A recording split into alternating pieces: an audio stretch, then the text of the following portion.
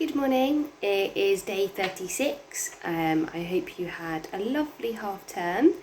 As I'm sure some of you are aware, some of the teachers are moving around a little bit in school because, well, this is potential. I'm actually recording this a little bit early because I've got some time in my half term. So I'm going to be passing Year 5 story on to Mrs. James, but I wanted to finish the book first because I want to know what happens and I would like to read it to you. So here we go. I think we've got about 9 chapters left, so it may be one video, it may be a couple. We'll see how we get on. Cole the Gladiator, chapter 30. When I got to school the next day, it became immediately clear that almost everyone had been watching TV last night. I felt like a gladiator entering the ring just at the point the ravenous lions were unleashed. The shouting began as soon as I entered the playground. "Here he comes! Cheating, Cole! Cheat, cheat, cheat, cheat! Thought you could get away with it, eh, Picasso?" I heard his next painting is actually going to be by his dog.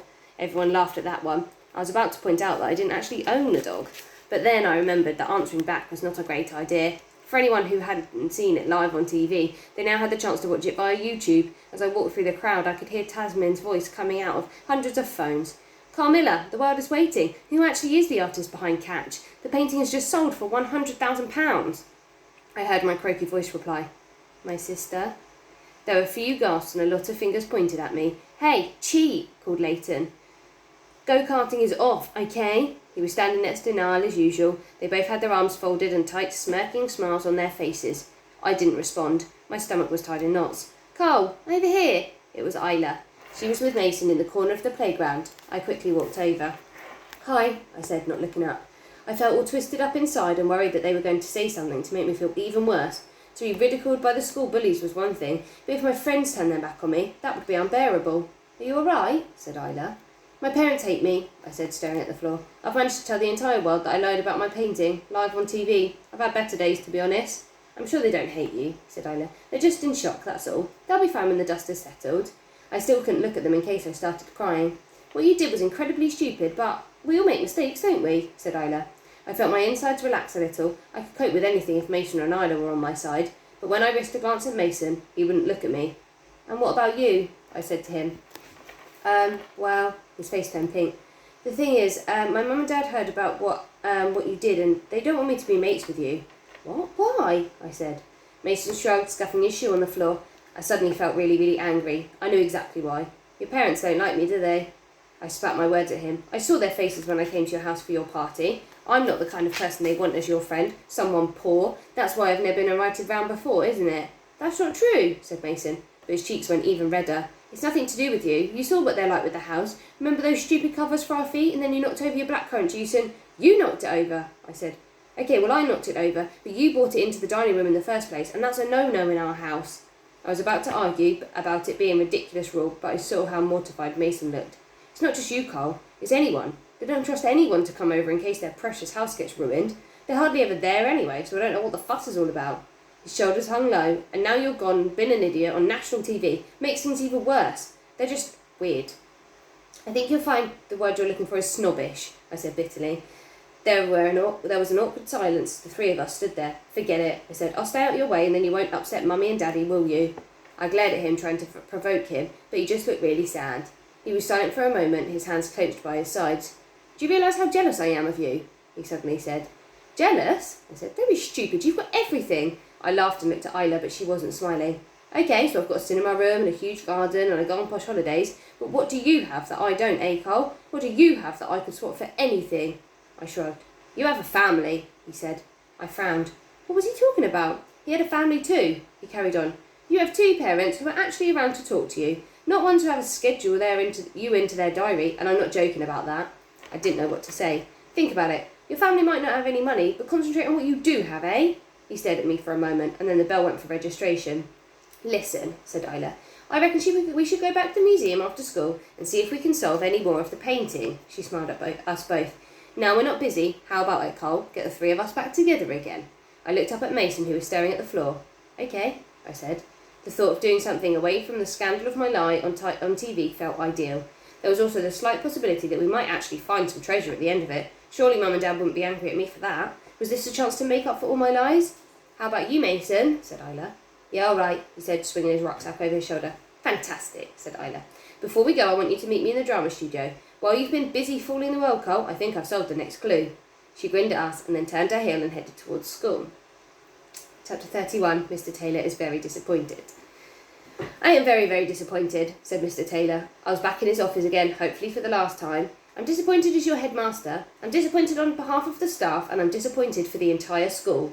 I stood there listening and stared down at my hands. This time he hadn't offered me a seat. The embarrassment you have caused to your family, your school, and ultimately yourself is quite something. He shuffled some papers on his desk and looked up at me. We have issued a statement of a no comment to the press, and we won't be changing it at any point in the future. And unfortunately, Marika Loftus decided to withdraw her offer to finance the refurbishment of the art department. Great, now all the teachers will hate me as well. I glanced up at my Mr. Taylor. His brow furrowed as he stared down at the papers in front of him. I'm afraid it's down to your parents and Marika's team to try and sort out the mess you now find yourself in. I wasn't really sure why he'd asked me to go to his office. If it was to make me feel bad, then he needn't have bothered. I feel terrible already, and things are about to get much, much worse. I'm afraid some of the members of the press have found your house, he said, clearing his throat. Apparently there's quite a crowd gathered outside waiting for you to get home. My house? I said. Why? They want a photo for tomorrow's paper, I guess, said Mr. Taylor. Your mum has asked that you go straight to the museum from school and meet her in the foyer. What about Dad and Mabel? Are they okay? I said. Apparently they've gone to stay at your auntie's for a night or two to escape all the attention. He must mean Auntie Lynn. She was Mum's sister, and although I hadn't seen her for a year or so, she was really kind. Would you like someone to walk you to the museum? I shook my head. No, sir, thank you, I said. Going there with Ida and Mason to try and solve Enigma and Oil felt like the best distraction right now. I turned up to leave, then stopped. I'm sorry, I said. Mr. Tate didn't look up. I spent the day trying to dodge the calls of cheat and liar and worse. After the last bell, Mason and I headed down the corridor to go and meet Isla. I'm not taking any notice of what my mum and dad say, said Mason, flushing pink, just so you know. Okay, I said. There was an awkward silence for a moment. I'm glad you're helping, Mason. What with your superior knowledge of riddle solving and that. He shoved me on the arm and I grinned. I spotted the number on the cabinet when we were looking for the key to get the canopic jar, didn't I? He said. You'd have never got that far without me. We both laughed. At least Isla is helping us, eh? I said. As we got closer to the drama studio, we could hear a cello. That's her, I said to Mason. We waited by the door and listened. Mason didn't say anything. His eyes were wide as the sounds of cello reverberated in the corridor. He creaked his neck around the door to take a look, and the music stopped instantly. Well, come in then, shouted Isla from inside the room. We both crept in. It felt strange, like we were intruding on something. Isla was sitting in a chair with her cello between her knees. Blimey, Isla, said Mason. I didn't know anything about music, but that was amazing. Isla grinned. She twiddled a small silver screw at the end of her bow. Thanks, she said. So you said you solved another clue? I said. I was looking forward to having something else to think about other than a really bad day I'd just had. Okay, are you ready for this? She said, her eyes wide and sparkling. She reached into her bag and pulled out a large sheet of paper. It was a copy of an Enigma in Oil. Basil Washington Jones' smug face stared out at me.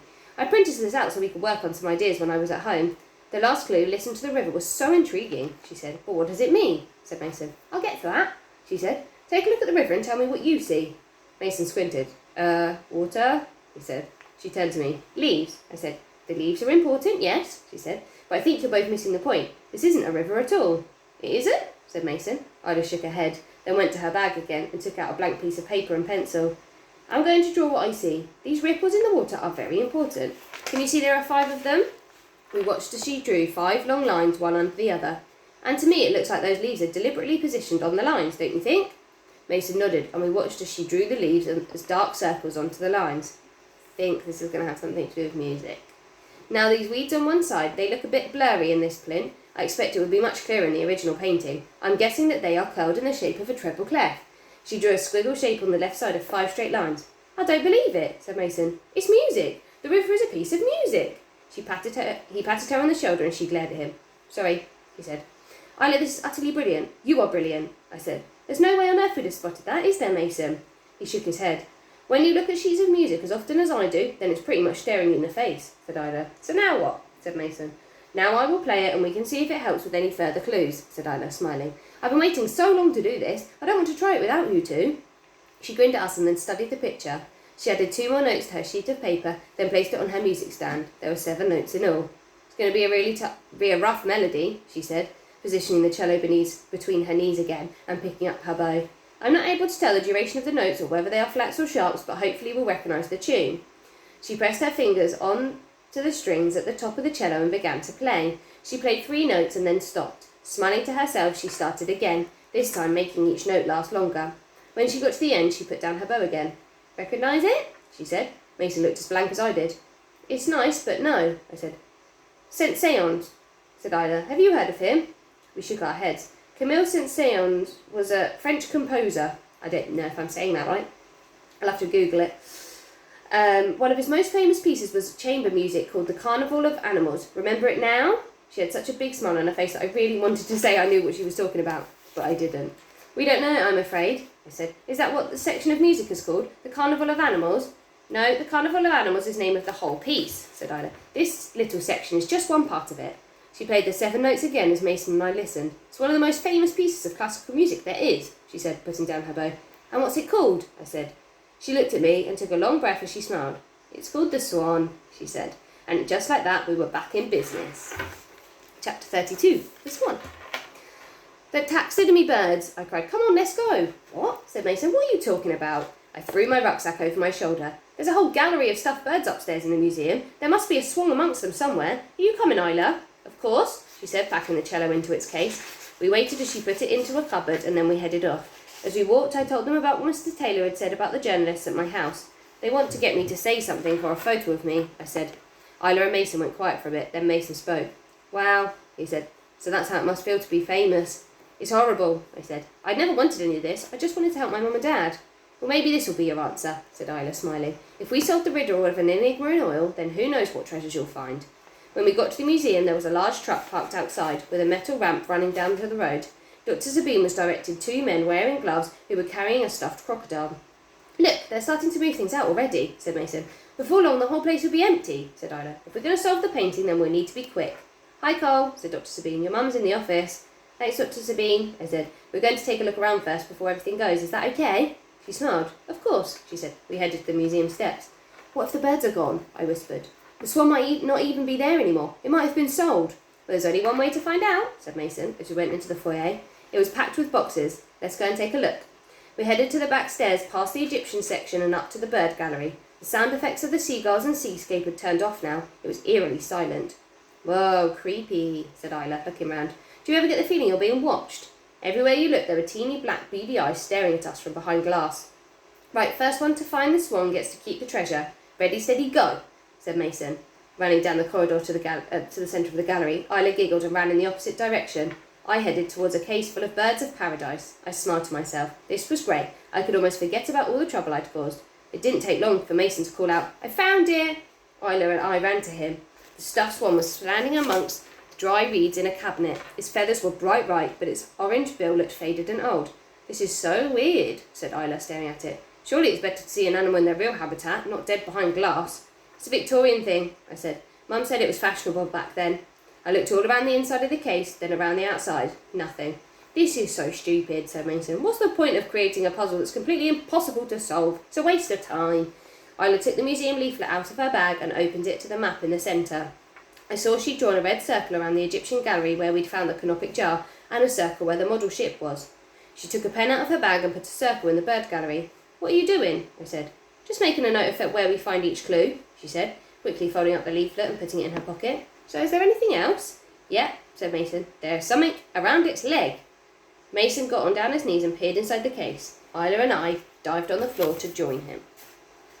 I will stop there for today. Look forward to finding out what happens. I hope Cole and his family have some kind of happy ending. That would be nice. I will see you tomorrow.